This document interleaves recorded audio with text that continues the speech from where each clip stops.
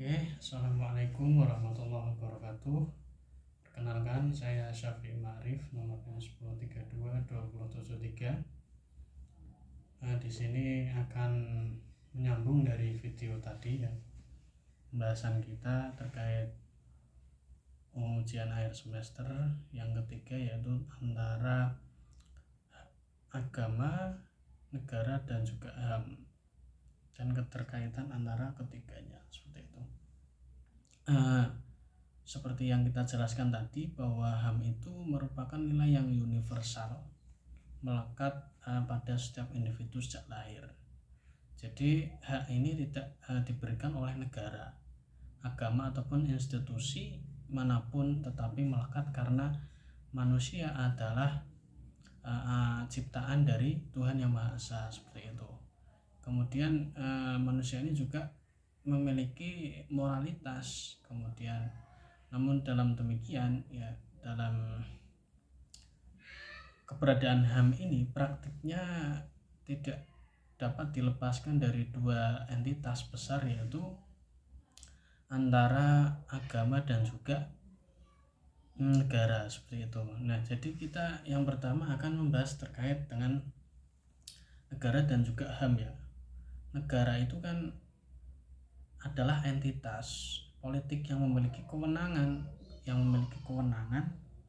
untuk mengatur dan melindungi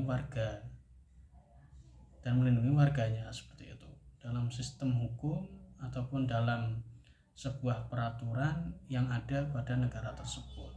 Nah, dalam konteks HAM ya, negara itu memegang dua peranan utama, antara lain ya, yang pertama itu terkait dengan pelindung. Negara itu sebagai pelindung dari hak asasi manusia, atau yang kedua itu negara juga bisa menjadi pelanggar terhadap hak asasi manusia, seperti itu. Nah, dalam yang pertama, negara itu sebagai pelindung ya, dalam artian negara ini wajib menjamin bahwa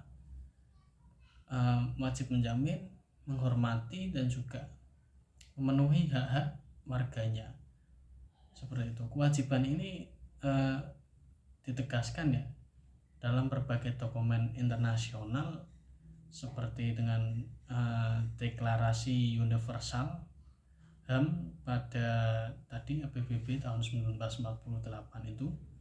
Kemudian perjanjian internasional seperti ICCPR dan ICSPR ya, yang telah diratifikasi oleh Indonesia. Kemudian dalam hukum nasional ya, keberadaan HAM ini juga dijamin. Ini tercermin dalam konstitusi kita, yaitu Undang-Undang Dasar 1945 pasal 28A sampai 28C.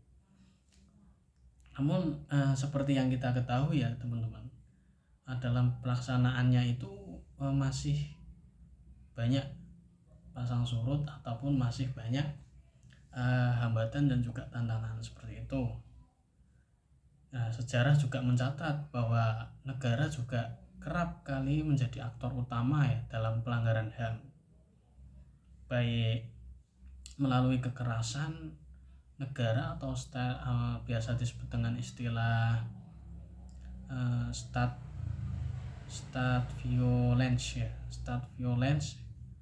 Kemudian ada juga penindasan ya, biasanya ini tercermin dari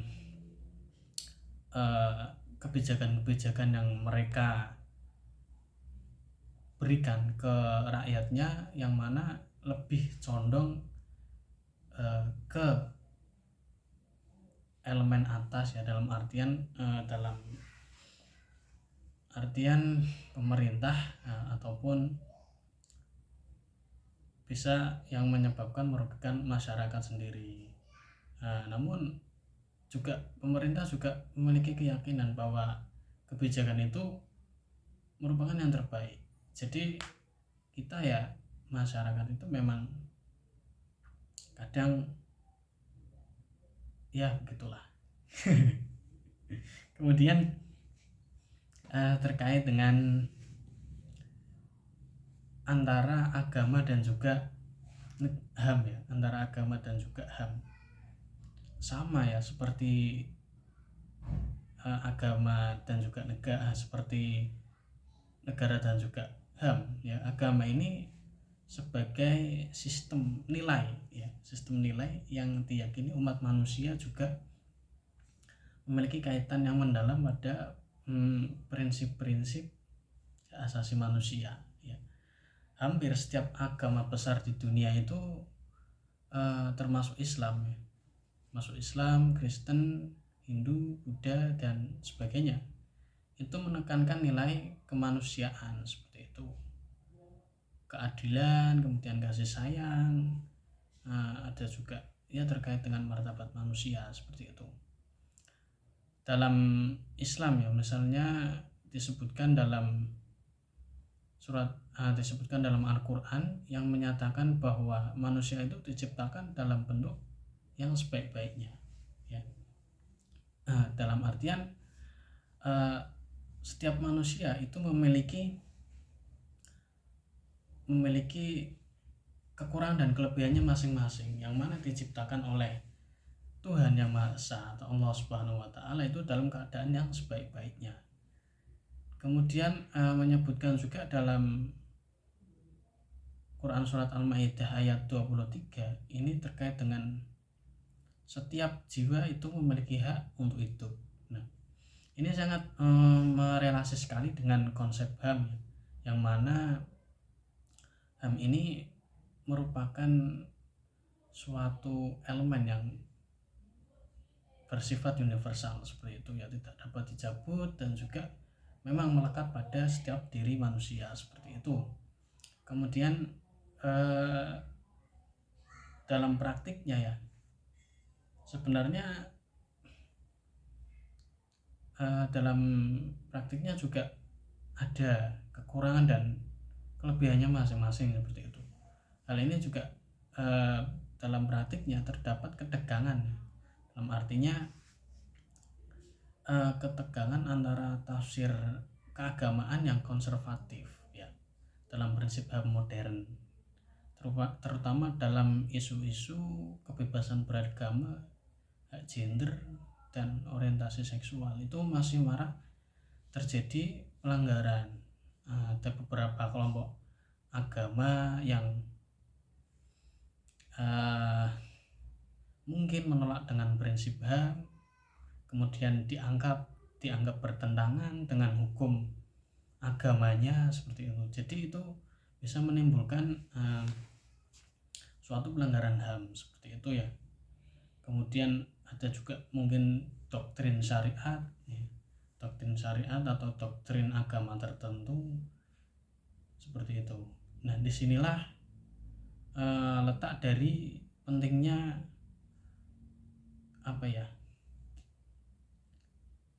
teks agama dan konteks HAM, konteks agama dan konteks modern. Banyak ya sarjana muslim ya terkait seperti studinya dari Abdullah An-Naim, kemudian ada juga Muhammad Sarun yang menekankan bahwa nilai-nilai agama dapat dikonstruksikan agar sejalan dengan prinsip-prinsip HAM tanpa kehilangan esensinya seperti itu. Nah, kemudian korelasi antara ketiganya, antara HAM, agama dan juga negara ya. Ini sebenarnya interaksi HAM negara dan agama itu membentuk hubungan yang kompleks saling mempengaruhi. Dalam artian di satu sisi negara bertugas menjamin kebebasan beragama dan menjalankan hukum yang adil bagi semua warga negara. Di sisi lainnya, agama juga menjadi sumber moralitas publik.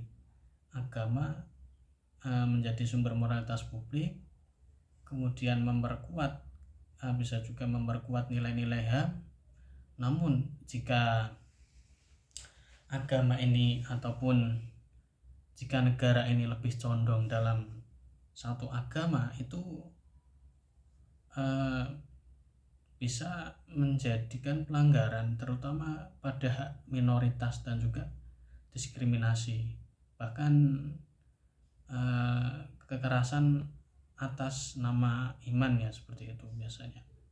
Kemudian Indonesia sebenarnya juga sebagai negara yang menganut Pancasila, yaitu asas ketuhanan yang Maha Esa, itu memiliki tanggung jawab yang besar untuk menjaga keseimbangan antara ketiganya, ya, antara menghadapi nilai-nilai agama kemudian perlindungan hak semua warga negara.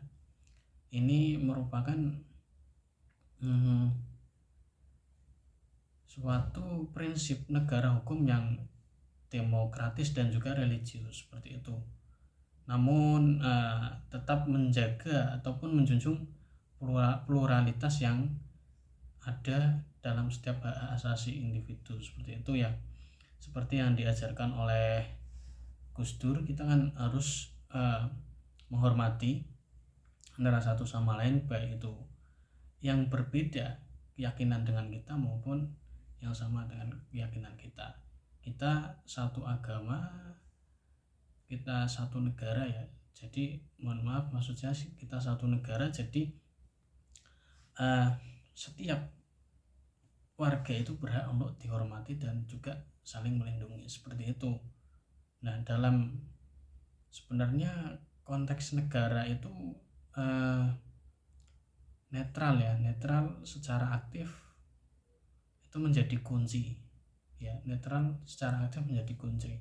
Artinya negara itu tidak boleh memihak, negara tidak boleh memihak antara satu tafsir agama tertentu, tetapi juga boleh mengabadikan atau